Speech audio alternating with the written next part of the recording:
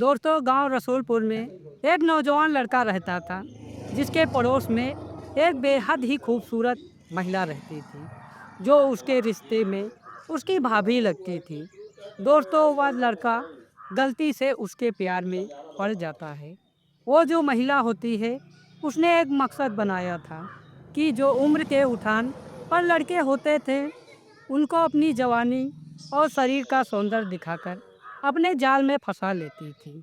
दोस्तों उस औरत का जो पति होता है वह बेंगलुरु में एक बड़े कारखाने का मालिक होता है और वह कभी कभी घर आता जाता था जिससे उस औरत की इच्छा पूरी नहीं होती थी। ये जो देवर और भाभी की सेटिंग होती है यह लगभग 3-4 साल से चल रही थी और वो जो औरत होती है जब भी वो लड़का अकेले में मिलता था उस लड़के से अपने जिस्म की ख्वाहिश पूरी कराने के लिए कहती और संबंध बनाने के लिए उसको उकसाती थी। लेकिन इन बातों के लिए वह राजी नहीं होता था और कहता कि जो मज़ा प्यार मोहब्बत में है और बातचीत करने में आता है वह जिस्म की ख्वाहिश पूरी करने में मज़ा नहीं आता है। वह कहता था अगर एक बार लड़का लड़की संबंध बना ले तो ज़िंदगी में प्यार का मज़ा फीका पड़ जाता है। दोस्तों वो जो औरत होती है उसका नाम मालती होता है और उसके पास बहुत कुछ था। लेकिन दोस्तों वो पति के प्यार से वंचित थी क्योंकि उसके पति के पास घर में रुकने के लिए टाइम नहीं था क्योंकि वह एक बिजनेसमैन होता है। वह ज़्यादातर अपना समय बेंगलुरु के कारखाने में बिताता था। और दोस्तों वो जो 19 साल का लड़का होता है उसका नाम राजू होता है। उसके घर पर उसकी माँ के अलावा कोई नहीं था। उसके पिता का देहांत बहुत पहले हो चुका था। उसकी माँ चाहती थी कि राजू पढ़ लिख कर अपने दम पर कुछ बनकर मेरे बुढ़ापे का सहारा बन जाए। वह राजू का बहुत ख्याल रखती थी। वह राजू को किसी के साथ ज़्यादा घूमने नहीं जाने देती थी और ना ही इधर उधर फालतू बैठने देती थी। बस कहती बेटा पढ़ लिख लो उसके बाद जो मन आए वो करना। लेकिन दोस्तों राजू जो होता है वह गलत संगत में पड़ जाता है और पास की औरत के हवस का शिकार हो जाता है। दोस्तों एक दिन राजू मालती के घर कोई सामान लेने के लिए जाता है। वह बाहर से आवाज़ देता है घर में कोई है।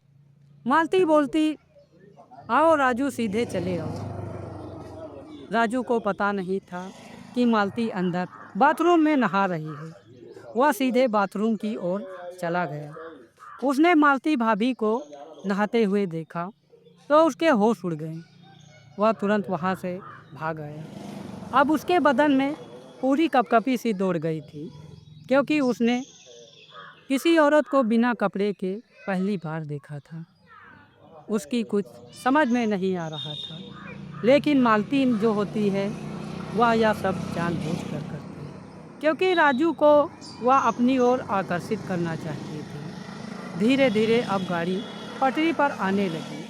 राजू की इच्छा उम्र के साथ साथ बढ़ने लगी। एक दिन मालती ने सोच समझकर प्लान बनाया और राजू से कहा राजू मैं अकेली हूँ और मेरे साथ कोई मेले में जाने के लिए नहीं है।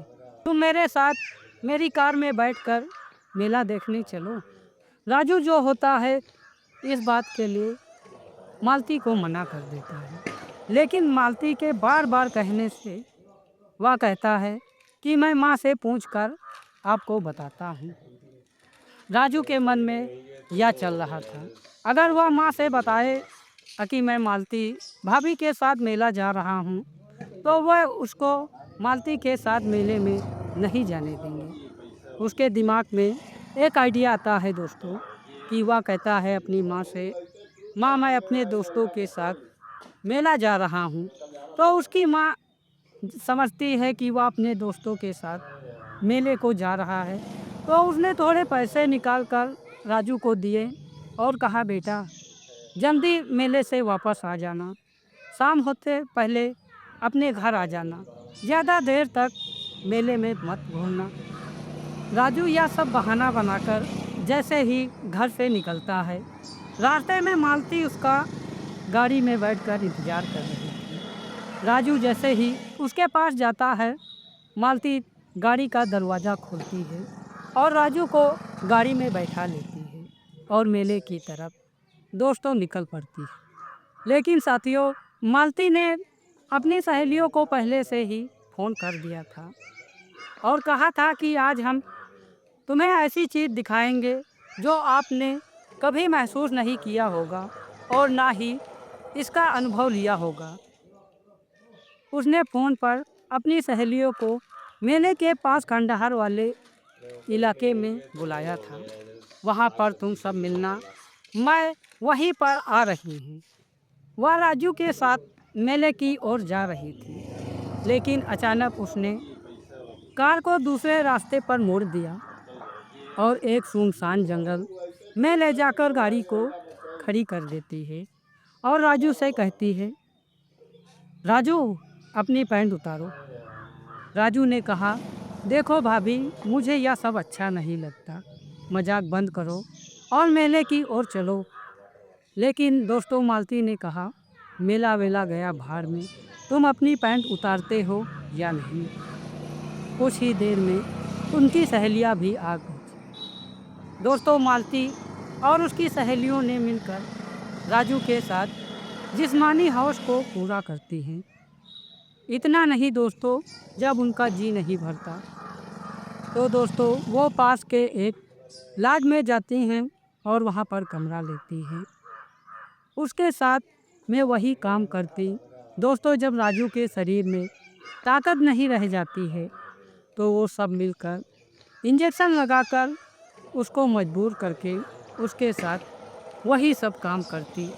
बाद में उसको उठाकर एक रोड पर फेंक देती है। उधर राजू की माँ जो होती है वह बहुत परेशान होती है, क्योंकि राजू मेले से अब तक आया नहीं था।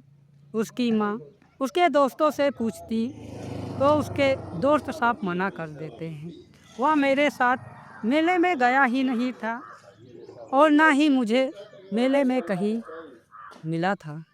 राजू जो होता है वह बेहोशी हालत में पड़ा होता है।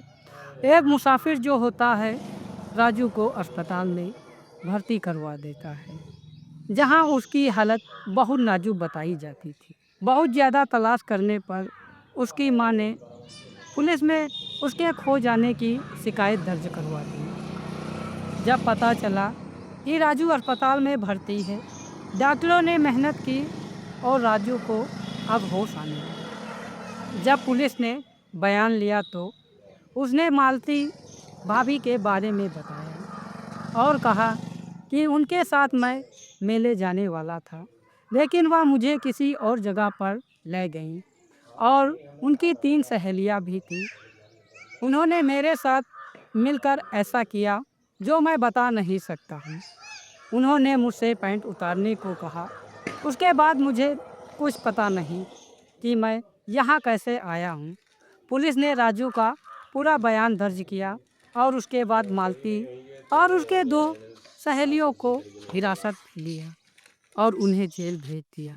दोस्तों, अब राहुल की माँ राहुल को घर ले जाती है और धीरे धीरे उसकी हालत में सुधार होता है और फिर से वह स्कूल जाने लगता है।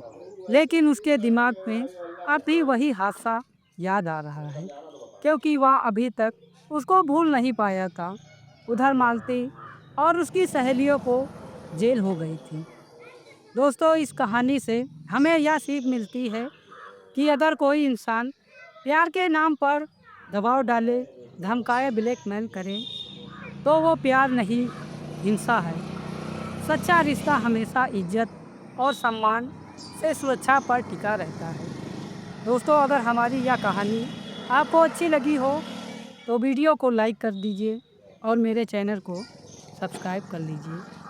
मिलते हैं अगली वीडियो में, तब तक के लिए नमस्कार। जय हिंद, जय भारत।